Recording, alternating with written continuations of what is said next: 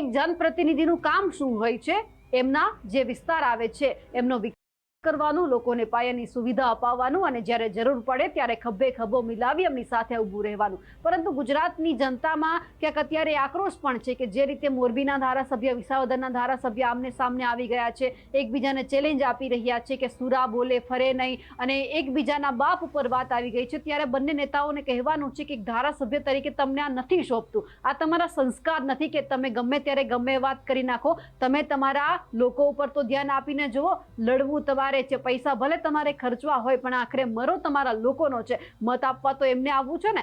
જ્યારે તમે એમની સામે નતમસ્તક થઈ અને જ્યારે મત માંગવા માટે જાઓ છો, લોકો આશીર્વાદ આપે છે એટલા માટે નહીં કે તમે એકબીજાને ચેલેન્જ આપો, પેટા ચૂંટણીઓ કરાવો અને પછી જનતાને અહીંયાથી ત્યાં દોડાવો. એટલે આ બંને ધારાસભ્યને કહેવાનું અને ખાસ કરીને ક્યાંક ભાજપને પણ કહેવાનું છે કે એક બેઠક વિસાવદરની શું આમ આદમી પાર્ટીએ જીતી કે ભાજપના તમામ નેતાઓના પેટમાં તેલ રેડાઈ રહ્યું છે, ક્યાંક એમનાથી પચતું નથી અને પછી ક્યાંક પર્સનલી કાંતિ અમૃતિયાએ આખી આ બેઠક જીત્યા પછી લઈ લીધી હોય તેવું લાગી રહ્યું છે કે ક્યાંક એમને જ સૌથી વધારે પેટમાં દુખ્યું હોય. આ ક્યાં કરવાની જરૂર હતી? તમે કામમાં ધ્યાન આપો ને. પછી લોકો તમને કહેવાના છે કે 7 વખતથી તમે અહીંયા ધારાસભ્ય હો તો તમે કામ કેવા કર્યા છે. બીજી તરફ ગોપાલ ઇટાલિયાને પણ લોકો કહી રહ્યા છે કે તમે વિસાવદરમાં ધ્યાન આપો. આ ચેલેન્જ સ્વીકારવા કરતા ત્યાંના લોકોને તમારી સૌથી વધારે જરૂરિયાત છે. આ ચેલેન્જ તમે સ્વીકારશો તો આખરે અહીંયા મરો તમારી જનતાનો છે.